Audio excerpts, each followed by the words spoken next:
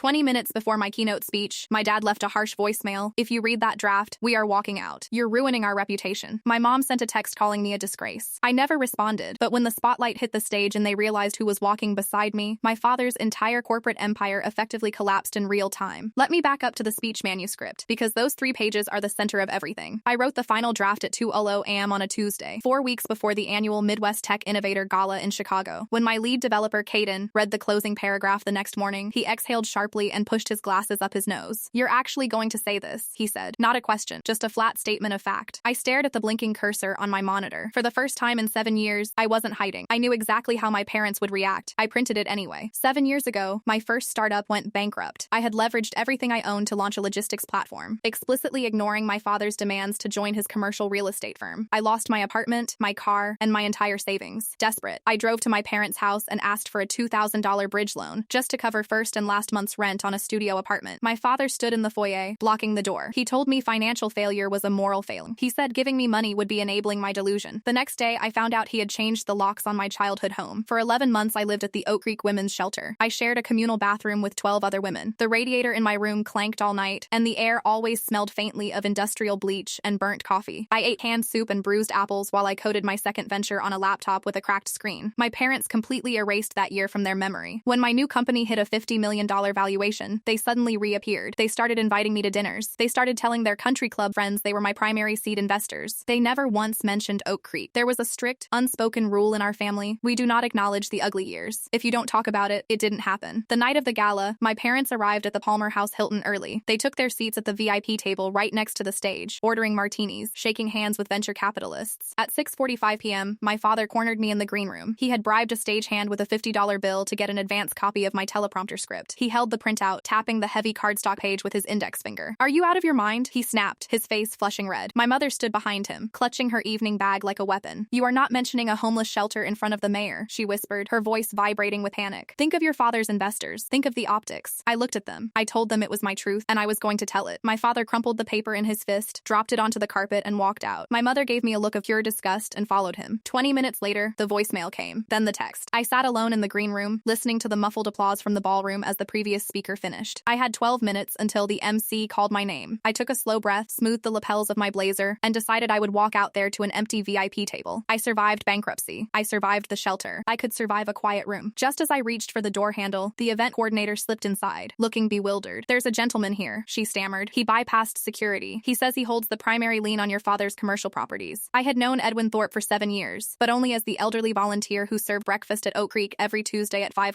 a.m. We used to talk about sorting algorithms over burnt toast and lukewarm oatmeal. He was the one who encouraged me to start coding again when I wanted to give up. When I finally left the shelter, he gave me a worn paperback on server architecture. Edwin Thorpe was standing in the doorway of the green room wearing a bespoke charcoal suit. A platinum Patek Philippe watch caught the harsh fluorescent light. He looked at my stunned face, then glanced down at the discarded, crumpled speech on the floor. "Ready to tell them the truth?" he asked. I had known Edwin as a soup kitchen volunteer. I had absolutely no idea he was Edwin Thorpe Sr., the private equity billionaire whose firm effectively bankrolled my father's entire real estate portfolio. I didn't know he owned the building my father's company leased for their headquarters. I didn't know he had been quietly tracking my career since the day I walked out of Oak Creek. I nodded, unable to form words. He offered his arm. When the heavy wooden doors opened and my name was announced, I didn't walk out alone. Edwin Thorpe escorted me up the center aisle. A hush fell over the room as people recognized him. At the VIP table, my father stood up, preparing to make his grand exit, but he froze. He wasn't looking at me. He was staring at the man beside me, the man who held the keys to his entire livelihood. I delivered every word of that speech. I talked about the shelter. I talked about the cold nights. I talked about the bridge loan I was denied. I didn't stutter once. My parents sat completely paralyzed in their chairs. 2 months later, my father came back to my life, not to apologize, but because his firm was facing a catastrophic SEC audit for misrepresenting assets. Word had spread. Edwin Thorpe had just called in every single commercial loan my father held. At 9:15 a.m. on a Thursday, my father was sitting in my office lobby, desperately hoping I would bail him out of a federal indictment with a $4.2 million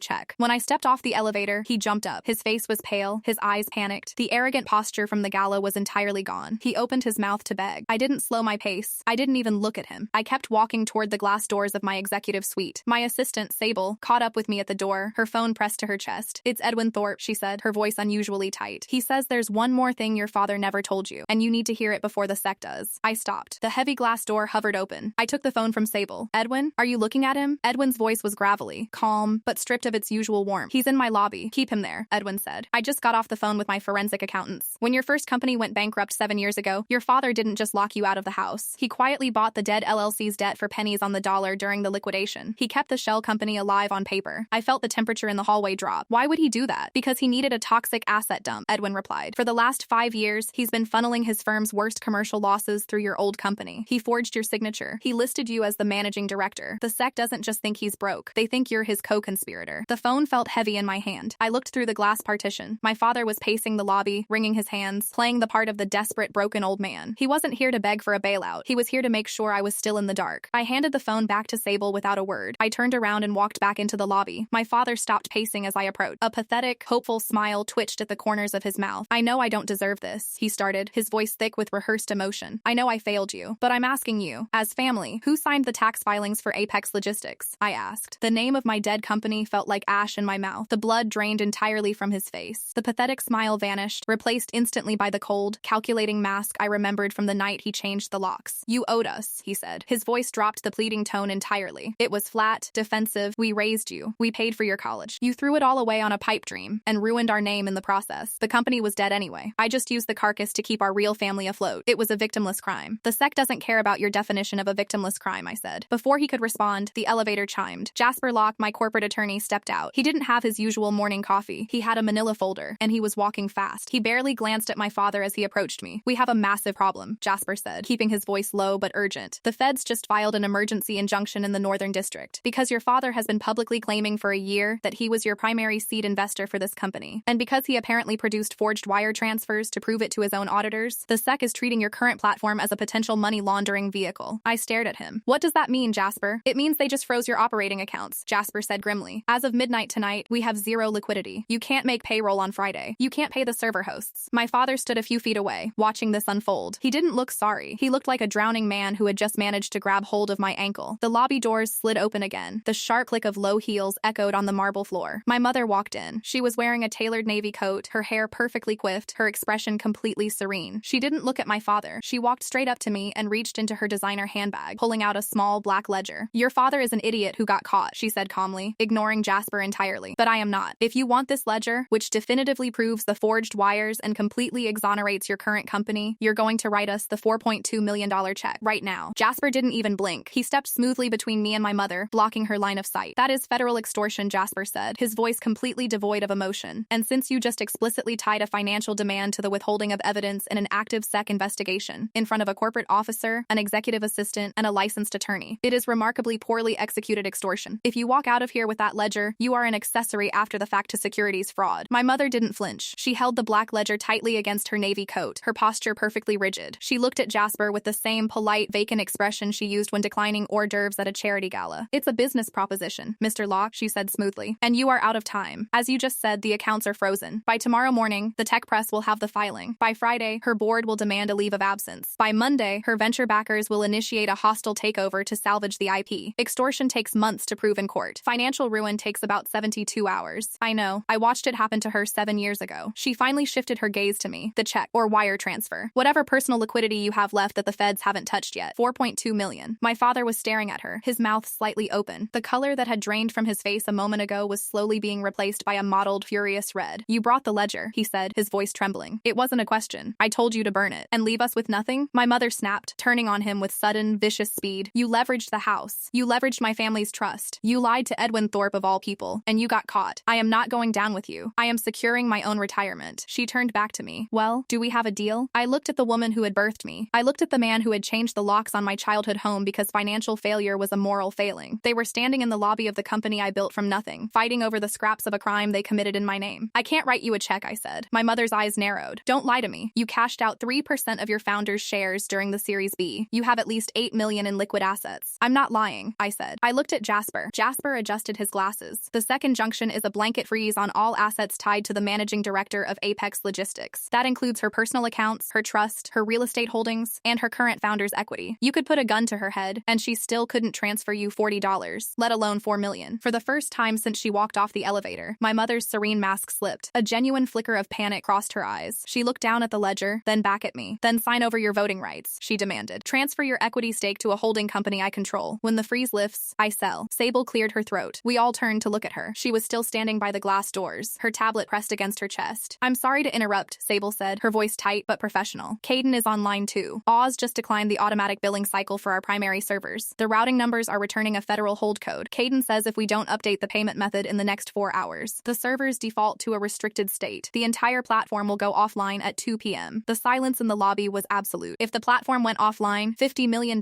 in valuation would evaporate by the closing bell. Our enterprise clients relied on our logistics routing for their supply chains. If our servers went dark, trucks stopped moving. If trucks stopped moving, contracts were breached. My mother smiled. It was a thin, terrible thing. 4 hours, she said. Better call your board members and see who wants to buy my ledger. She turned around and walked over to the leather waiting chairs, taking a seat. She crossed her legs, placed her designer bag on her lap, and set the black ledger right on top of it. She was staging a sit-in. I turned my back on them and walked into my office. Jasper and Sable followed, pulling the heavy glass door shut behind us. Options, I said, leaning against my desk. My heart was hammering against my ribs, but my voice was steady. 7 years ago, I would have been crying. Now, I just felt a cold, mechanical clarity. Jasper opened his manila folder, spreading the injunction papers across my desk. Legally, we are boxed in. The SEC operates on a presumption of guilt when it comes to asset freezing. To lift the hold, we need to prove the wire transfers from your father were forged. To prove they were forged, we need the original metadata and the internal accounting from his firm. The ledger, I said. The ledger, Jasper confirmed. Without it, this drags into discovery. Discovery takes months. Your company dies at 2:00 p.m. today. Can we call the police? Report it stolen? Sable asked. It's not stolen, Jasper said, rubbing his temples. It belongs to his firm. She has a right to possess it as his spouse and listed co-director of his real estate holding company. And if we call the police, it enters evidence. We wouldn't be able to use it to clear the SEC injunction for weeks. I looked out through the glass partition. My father was pacing again, arguing in hushed, frantic tones with my mother, who was staring straight ahead, completely ignoring him. What about Edwin Thorpe? Sable asked quietly. He's the one who tipped you off about the shell company. He clearly has inside information on your father's firm. I looked at the phone on my desk. Edwin Thorpe had served me breakfast at Oak Creek. He had walked me onto the stage at the gala. But Edwin Thorpe was not a charity worker. He was a private equity billionaire who had just systematically dismantled my father's empire to recoup his losses. He didn't do favors. He made investments. I picked up the receiver and dialed the direct number he had given Sable. It rang twice. I wondered how long it would take you to call back. Edwin's voice came through the speaker, crisp and entirely unbothered. My servers go dark in 4 hours, I said. My accounts are frozen. My mother is sitting in my lobby with the physical ledger that proves my father forged my signature, and she wants $4.2 million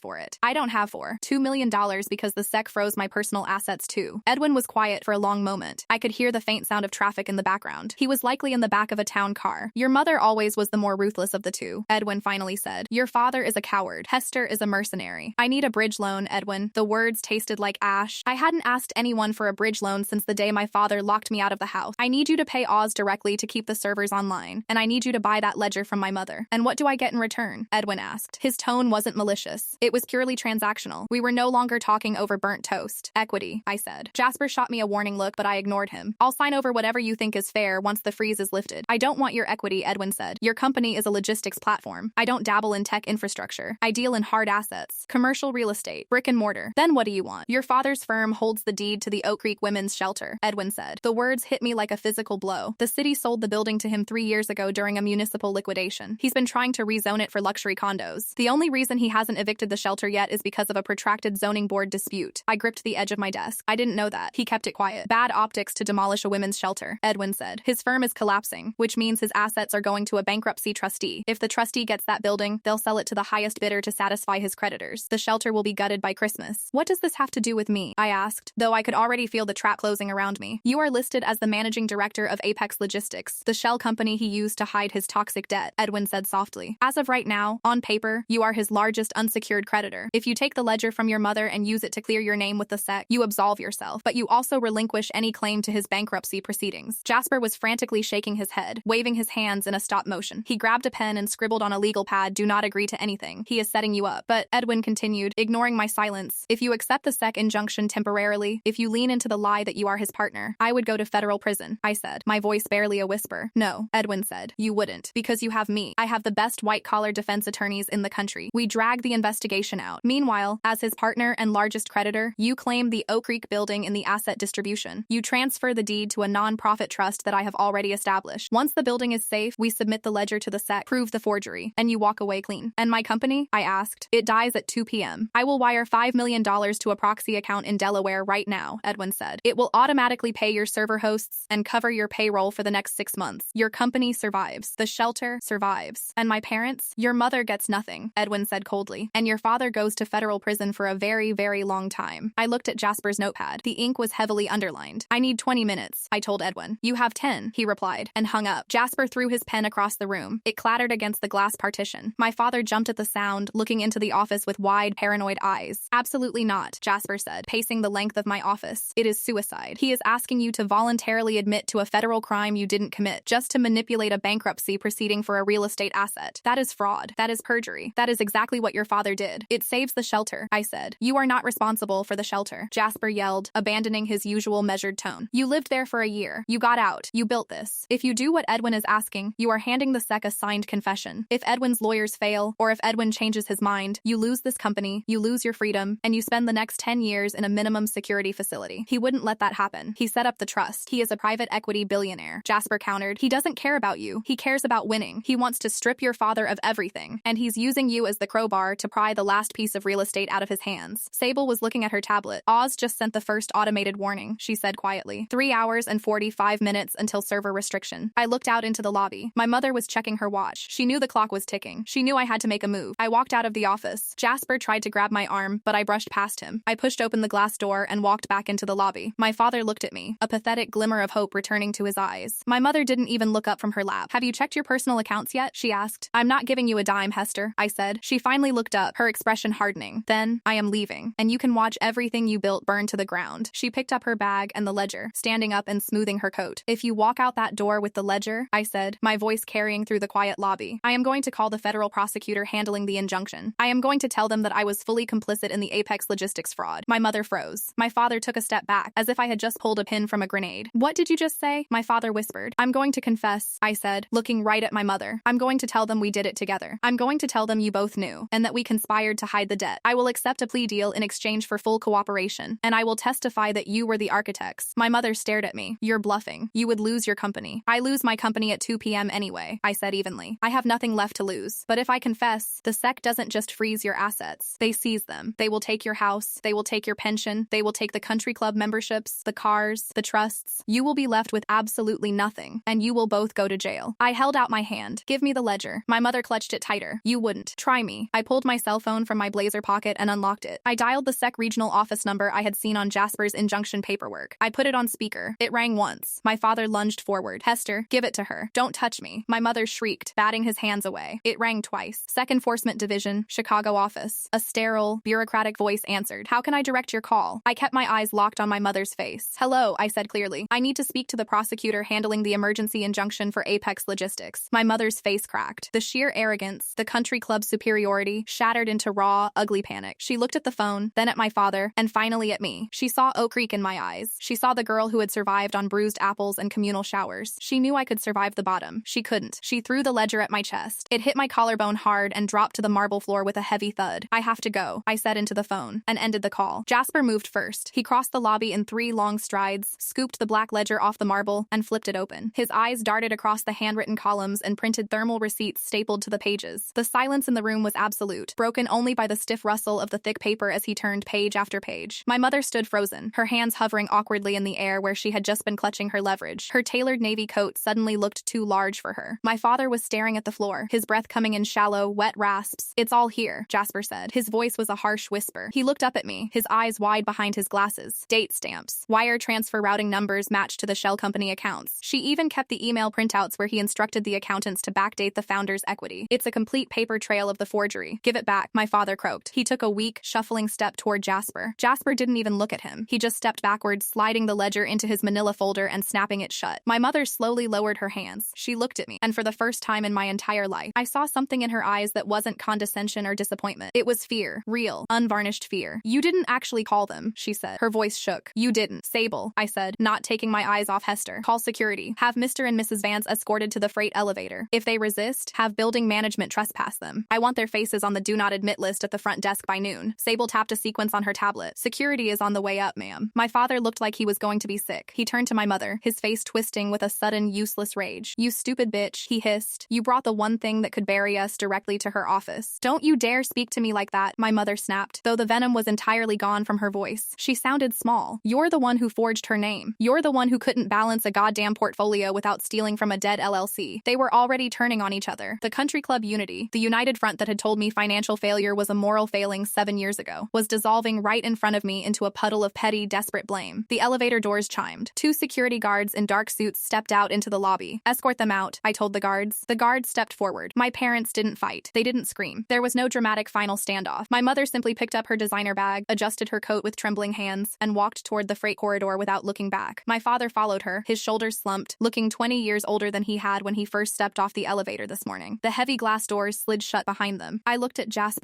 We have the ledger. Call the sec. Send them scans. Do whatever you have to do to get the hold on my personal accounts lifted. Jasper shook his head slowly. The brief triumph on his face was gone, replaced by a grim, exhausted reality. I will, but it won't help you today. What do you mean? I asked. You said we needed proof the wires were forged. You have it. I have a physical book that requires forensic authentication, Jasper explained, tapping the folder. I have to submit this to the assigned prosecutor in the Northern District. They have to log it into evidence. They have to verify the handwriting, audit the attached receipts, and cross-reference it with your father's seized servers. Then, and only then, will a judge sign the order to unfreeze your assets. How long does that take? Sable asked. In an emergency, expedited scenario, Jasper ran a hand through his hair. 3 weeks, maybe a month. Federal bureaucracy does not care about your server hosting deadlines. The SEC acts instantly to freeze money. They take their sweet time giving it back. Sable looked down at her tablet. Oz server restriction in 3 hours and 28 minutes. We were exactly where we were 10 minutes ago. My parents were gone, their threat neutralized, but the company was still bleeding out on the table. Without liquidity, the servers would shut down at 2 p.m. The enterprise clients would experience a global routing failure. Contracts would trigger breach of service clauses. By tomorrow morning, the board would fire me, and the venture capital firms would carve up the intellectual property and sell it for parts. I looked at the phone on Sable's desk. You can't do it, Jasper said, following my gaze. I know what you're thinking. Do not call him back. I have to pay Oz, Jasper. I need $5 million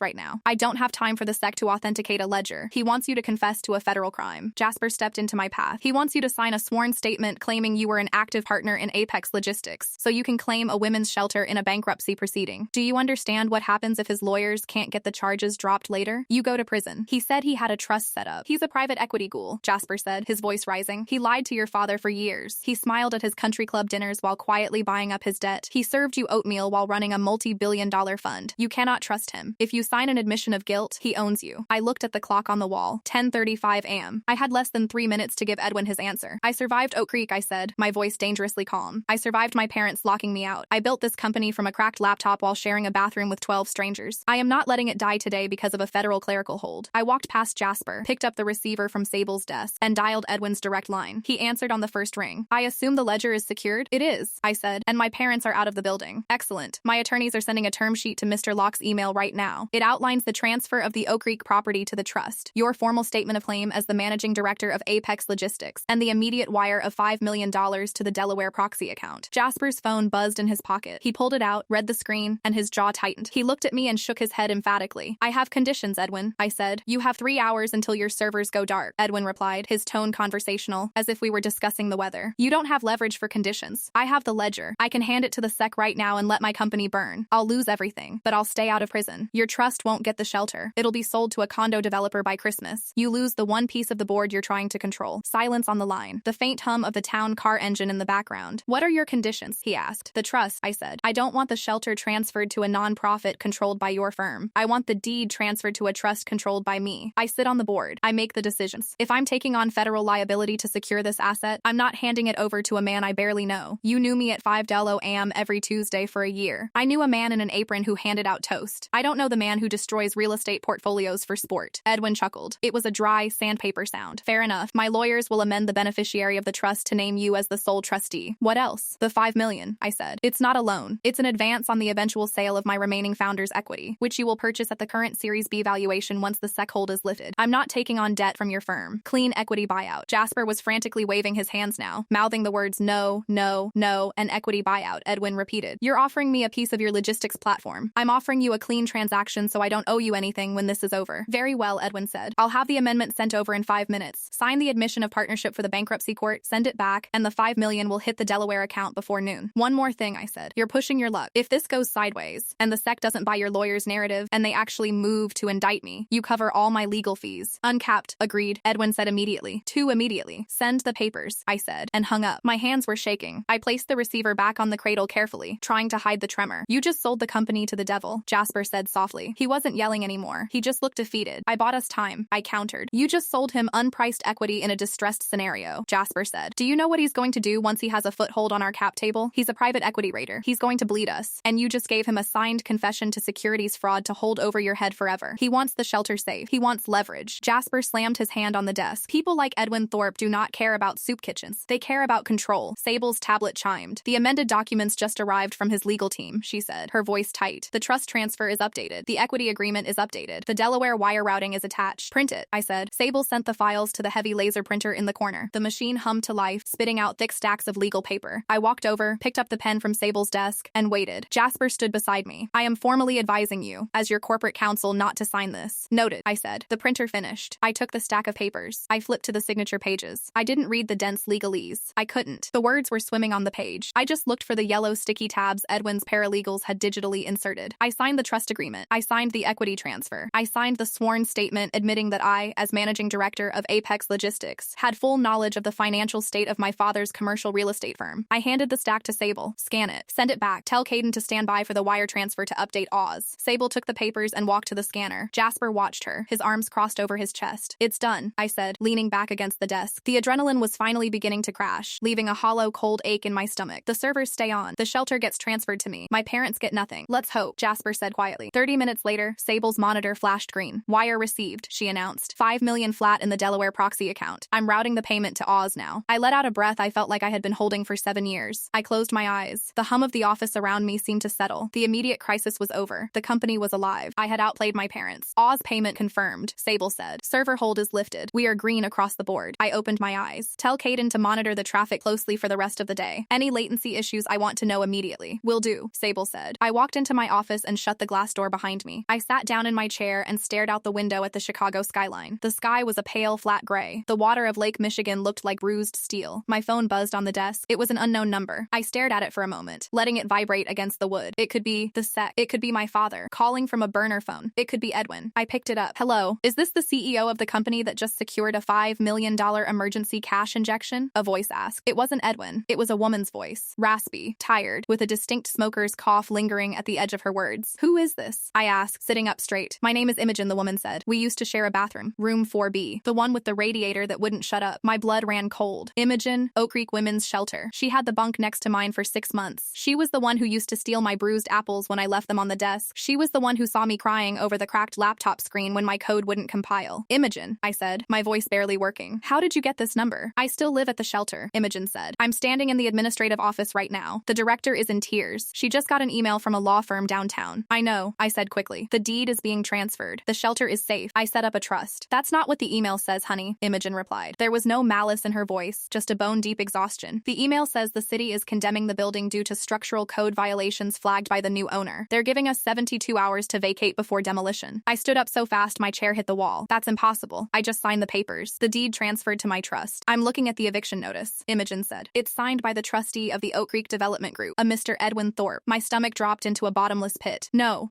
he told me he was saving it. He told me he wanted to keep it out of the bankruptcy courts. He kept it out of the courts, all right, Imogen said. By fast-tracking the demolition permits the moment he secured the deed from your father's shell company. The bulldozers are scheduled for Monday. I gripped the edge of the desk. My knuckles were white. Imogen, listen to me. There has been a mistake. I will fix this. I promise you. Don't promise me anything, she said softly. You got out. You put on a nice suit and you forgot about the smell of the bleach in the hallways. I just called to tell you that whatever deal you made with the devil today, he didn't buy your shelter. He bought the land it sits on. The line went dead. I lowered the phone slowly. I looked through the glass partition. Jasper was sitting on the edge of Sable's desk, looking over a quarterly report, blissfully unaware that the ground had just opened up beneath us. Edwin hadn't wanted the shelter to protect it. He had wanted the shelter because the land beneath it was zoned for high-density commercial real estate, and my father's bankruptcy proceedings would have tied the property up in litigation for years. By tricking me into signing the admission of guilt and claiming the asset as a creditor, Edwin had successfully bypassed the federal bankruptcy freeze. He used my name to extract the property clean, and the moment the ink was dry, he initiated the demolition. And I had given him unpriced equity in my company in exchange for the privilege of helping him destroy the only place that had taken me in when I had nothing. I walked out of my office. Jasper looked up, immediately reading my face. What happened? He asked, dropping the report. Get your coat, I said. Where are we going? To see a man about a building. I didn't wait for him. I walked straight to the elevator and hit the lobby button. Jasper caught the doors just as they were closing, slipping inside and hitting the emergency stop button. The elevator jerked to a halt between floors. Talk to me, Jasper demanded. Right now. Edwin played me, I said, staring at the brushed steel doors. He transferred the deed to my trust. Yes, but he retained structural oversight through a subsidiary clause in the fine print. He just issued a 72-hour eviction notice to the shelter. He's demolishing it. Jasper closed closed his eyes and leaned his head back against the wall. I told you. I know. You handed him a signed confession to securities fraud. I know. And if you walk into his office right now and threaten him, he will send that confession directly to the SEC, and you will be in handcuffs by dinner. I know, Jasper, I yelled, the sound echoing harshly in the small metal box. I took a shaking breath, forcing my voice back down to a normal volume. I know, but I am not going to let him tear down that building. How? Jasper asked. He has the law on his side. He has your confession. He has your equity. He holds all the cards. I looked at Jasper. The cold, mechanical clarity that had settled over me during the standoff with my mother was returning. Sharper this time. Harder. He thinks he holds all the cards, I said. Because he thinks I'm acting like my father. He thinks I'm trying to hide the fraud to save my reputation. Aren't you? No, I said. My father changed the locks because he was terrified of failure. He was terrified of what people would think if his daughter was broke. He committed fraud to maintain the illusion of success. Edwin assumes I want to maintain the same illusion. I reached forward and pulled the emergency stop button back out. The elevator shuddered and resumed its descent. What are you going to do? Jasper asked, watching me warily. I'm going to take away his leverage, I said. Call Sable. Tell her to draft a press release. I want it embargoed for 1 p.m. A press release saying what? Saying that Apex Logistics, the company I supposedly founded 7 years ago, was a fraudulent shell company created by my father, Arthur Vance. Saying that my signature was forged. Saying that I only discovered this today, and that I have formally submitted the internal ledger of his firm to the Securities and Exchange Commission. Jasper stared at me. You're going public? If you do that, Edwin's signed confession from you looks like exactly what it is. Extortion. Exactly. If I blow the whistle on myself before he can use the confession against me, the confession becomes useless. It becomes a coerced document signed under duress to secure an emergency bridge loan. The SEC won't care about a forced confession when I'm handing them the physical ledger that proves the initial fraud. But your company, Jasper said. The board will panic. The stock will tank. The venture capital firms will pull out. The press will crucify you. You'll be tied to a federal investigation for years. The elevator chimed, arriving at the ground floor. I built it once, I said, stepping out into the expansive marble lobby of my building. I can build it again. But I am not letting that man tear down Oak Creek. We walked out through the revolving doors onto the busy Chicago street. The wind coming off the lake was biting, cutting straight through my blazer. I hailed a cab, giving the driver the address of Edwin Thorpe's private equity firm on Wacker Drive. The ride was silent. Jasper didn't try to talk me out of it anymore. He just kept furiously typing on his phone, likely coordinating with Sable and trying to figure out how to mitigate the massive PR nightmare I was about to unleash on my own life. When we pulled up to the sleek glass-fronted skyscraper that housed Thorpe Capital, I didn't wait for Jasper to pay. I tossed a 50 onto the center console and got out. The lobby of Thorpe Capital was a monument to quiet, ruthless wealth. Slate floors, minimalist water features, security guards who looked like they wore tailored armor. I walked straight to the front desk. I need to see Edwin Thorpe, I told the receptionist. She looked up, her smile perfectly practiced. Do you have an appointment? Tell him the managing director of Apex Logistics is here. She typed something into her computer, picked up a phone, and spoke in a hushed tone. A moment later, she nodded to the elevator bank. Penthouse level. His assistant will meet you. Jasper fell into step beside me as we walked to the elevators. Last chance to back out. We can still try to fight him in civil court. Buy the shelter some time. Civil court takes years, I said. Demolition takes 3 days. The elevator ride to the penthouse was smooth and silent. When the doors opened, we stepped into a sprawling suite that smelled of old wood, expensive leather, and power. Edwin's assistant, a severe-looking man in his 40s, escorted us down a long hallway lined with abstract art, stopping at a set of heavy double doors. He opened them without knocking. Edwin Thorpe was sitting behind a massive mahogany desk, looking out over the city. He didn't turn around when we entered. I thought you'd be busy monitoring your server latency, Edwin said, his voice carrying easily across the large room. Cancel the eviction notice, I said, walking until I stood directly in front of his desk. Edwin finally turned his chair around. He looked exactly as he had at the gala. Impeccable suit, platinum watch, eyes that calculated everything and felt nothing. I'm afraid I can't do that, he said smoothly. The building is structurally unsound. It's a liability. It's a prime commercial lot, and you want the tax breaks for redevelopment. That too, Edwin conceded, a faint smile touching his lips. But it's my property now. Held in a trust, yes, but governed by my development firm's subsidiary rights, which you so graciously signed over an hour ago. I signed those papers under duress to save my company. You signed those papers because you wanted the $5 million,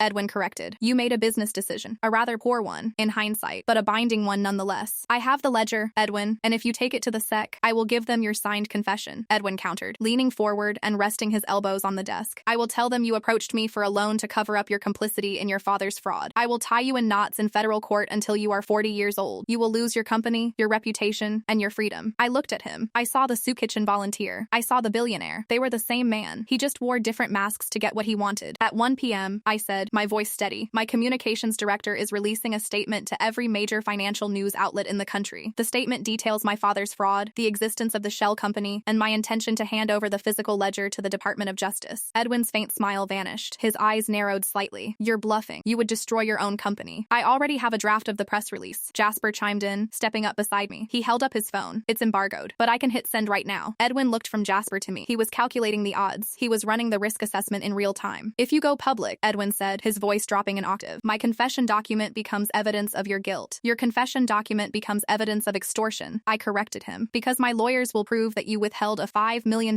wire transfer to a critical infrastructure platform until I signed a false admission of guilt regarding a separate federal crime. That's a felony, Edwin. And unlike my father, I didn't forge any signatures. I have the digital paper trail of your lawyers sending the term sheet 30 minutes before Oz shut me down. It's a textbook coercion case. Edwin was silent. He leaned back in his chair, studying me as if seeing me for the first time. You're willing to tank a $50 million valuation, Edwin said slowly, to save a crumbling brick building full of stray women. I was one of those stray women, I said, and I would rather burn my company to the ground than let you bulldoze the only place that kept me off the street. The silence stretched. The only sound in the room was the faint ticking of a grandfather clock in the corner. What do you want? Edwin finally asked. I want the subsidiary rights to the Oak Creek Trust transferred completely to me. No oversight. No development clauses. I own the building. Free and clear. And the $5 million? Consider it a consulting fee for teaching you not to underestimate a woman who lived on bruised apples, I said. You keep your equity in my company. You bought it fair and square. But you don't touch the shelter. Edwin stared at me for a long time. Then, slowly, he reached into his desk drawer and pulled out a heavy cream-colored document. It was the master deed agreement for the trust. He picked up a gold fountain pen. He didn't say a word as he struck a line through the subsidiary oversight clause, initialed the margin, and signed the bottom of the page. He slid the document across the desk toward me. You play a dangerous game, Edwin said softly. I had good teachers, I replied. I picked up the document, checked the signature, and handed it to Jasper. I turned and walked toward the door. The SEC will still freeze your company's assets when the press release goes live, Edwin called after me. The $5 million will keep the servers on, but the ensuing investigation will gut your stock price. Your board will try to oust you by Friday. I stopped with my hand on the heavy brass doorknob. I looked back at the billionaire sitting alone in his penthouse. Let them try, I said. I opened the door and walked out. The elevator ride down to the lobby was completely silent. Jasper didn't look at me. He kept his eyes locked on the digital floor indicator as the numbers ticked down from the penthouse. When the doors finally slid open, he walked out into the Wacker Drive wind ahead of me, pulling his trench coat tight across his chest. You're a maniac, he said finally, raising his hand to hail a passing cab. I'm a property owner, I said. He didn't laugh. You're a radioactive asset. The press release drops in exactly 42 minutes. We need to be in the war room when it does, and we need to prepare for Blythe. Blythe was the lead partner at the venture firm that led our Series B. She controlled 2 of the 5 board seats. She wasn't malicious, and she didn't care about my family drama. She cared about the $50 million